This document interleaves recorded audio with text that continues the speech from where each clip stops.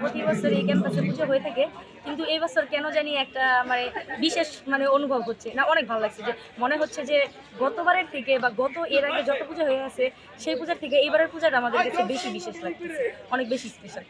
কিন্তু যেহেতু আমাদের বিদ্যাদেবী, অবশ্য আমরা এটা প্রার্থনা করি যে আমরা কবি নজরুল ক্যাম্পাসের আমরা যত শিক্ষার্থী আছি, আমাদের সাম্প্রদায়িকতা নির্বিশেষে অসাম্প্রদায়িকভাবে হিন্দু, মুসলিম, বৌদ্ধ, খ্রিস্টান সকলের জন্যই আমরা দেবীর কাছে প্রার্থনা করি যাতে সকলে লেখাপড়া ভালো করতে পারে, পরীক্ষায় ভালোভাবে ভালো একটা রেজাল্ট করতে পারে, আমাদের কলেজের একটা সুনাম হোক, আমাদের কলেজ থেকে একটা ভালো রেজাল্ট যাতে এই ঢাকা শহর না শুধু পুরো বাংলাদেশের মধ্যে প্রকাশ পায়। আমাদের কলেজটা এমনি ঐতিহ্যবাহী, আমাদের রেজাল্টের ভিত্তিতে আরও যাতে আমাদের কলেজটারও নাম হয়।